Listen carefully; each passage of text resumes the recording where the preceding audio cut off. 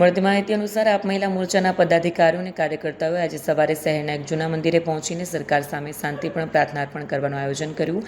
તેમનો મુદ્દો હતો તાજેતરમાં બનેલી પ્રતિષ્ઠિત પરીક્ષાર્થીઓની પેપર લીકની ઘટનાઓને રોકવામાં સરકારની નિષ્ફળતા અને આ મામલે મંત્રીઓની મૂક પ્રતિક્રિયા. જોકે કાર્યકર્તાઓ મંદિર સુધી પહોંચે તે પહેલાં જ પોલીસે તેમને અટકાવી દીધા હતા. પોલીસ સૂત્રોના જણાવ્યા અનુસાર સ્થાનિક કાયદો વ્યવસ્થાને જોતા મંદિર સહિત જાહેર સ્થળોએ પ્રદર્શન કરવા સામે પૂર્વ પરવાનગી આપવામાં આવતી ન હતી. તેથી નિવારણાત્મક પગલાં તરીકે કાર્યકર્તાઓને ડિટેન કરવામાં આવ્યા. પોલીસે તેમને નજીકના પોલીસ સ્ટેશન લઈ જઈને પૂછપરછ શરૂ કરી છે. આજે અમે સૌ આમ આદમી પાર્ટીની મહિલા વિંગ સાથે અમે લોકો કારગિલ ચોક ખાતે દર્શન કરવા આવ્યા હતા. ગુરુ પૂર્ણિમા છે. આપણને સૌને ખબર છે કે વારંવાર પેપર લીક થાય છે. ગુજરાતમાં છેલ્લા 10 વર્ષમાં 34થી વધુ પેપર લીક થયા છે. લાખો વિદ્યાર્થીઓનું જીવન આગમાં ધકેલાઈ ગયું છે, નિરાશાની અંદર ધકેલાઈ ગયું છે.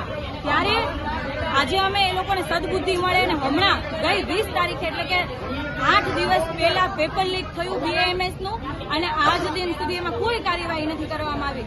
આ પેપર આરોગ્ય વિભાગ દ્વારા લેવામાં આવ્યું હતું. એની જવાબદારી આરોગ્ય વિભાગની આવે અને આરોગ્ય મંત્રી ગઈકાલે એવું નિવેદન આપે છે કે અમુક શબ્દ વાયરલ થયા હતા. 12માંથી 11 પ્રશ્નો વાયરલ થાય છે.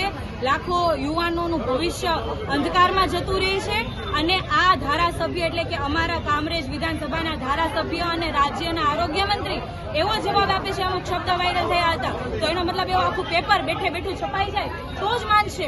બાકી 12માંથી 11 પ્રશ્નો લીક થયા તો લીક નથી થયા તેવા હતા. શરમ આવવી જોઈએ. શરમ કે પેપર લીક થયા પછી એમાં કડક આદેશો આપવા પડે અને જે લોકોએ પેપર લીક કર્યું છે એમના વિરુદ્ધ કાયદેસરની કાર્યવાહી કરવામાં આવે. છેલ્લા 10 વર્ષમાં શું કાર્યવાહી કરી પેપર લીક ના થાય એના માટેના તમારી ભાજપ સરકાર શું આયોજનો કર્યા? દર વખતે પેપર લીક થાય. 10 વર્ષમાં 34 પેપર લીક થવા કઈ નાની વાત નથી. આમાં સામાન્ય માણસ શું કરે? પણ આ તો તમારી પાસે બી શું બોલીને ફાયદો છે? કારણ કે તમે પોતે 4 કરોડના ફ્લેટમાં રહ્યો, 2 કરોડના કાર્યાલયની અંદર બેસો અને તમારો દીકરો તો વિદેશમાં ભણે. તો ગુજરાતના સામાન્ય લોકો માટે તમે શું કરવાના? પેપર જ ફોડવાના? તમારા કમલમને તમારા ઘર જ ભરવાના?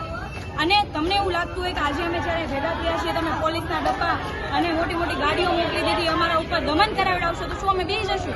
ના તો અમે તમારાથી બીએ છીએ, ના તો તમારા પોલીસથી ડરીએ છીએ, ના તમારા પોલીસની લાઠીઓથી ડરીએ છીએ. આજે તો માત્ર અમે મંદિરે દર્શન કરવા આવ્યા હતા અને આ તમામ લોકોને સદબુદ્ધિ આપે એના માટેની પ્રાર્થના કરવામાં આવ્યા હતા. પણ જરૂર પડશે તો તમારા ઘરનો ઘેરાવો કરીશું, તમારા કમલમનો પણ ઘેરાવો કરીશું. એમાં અમને કોઈ નહીં રોકી શકે.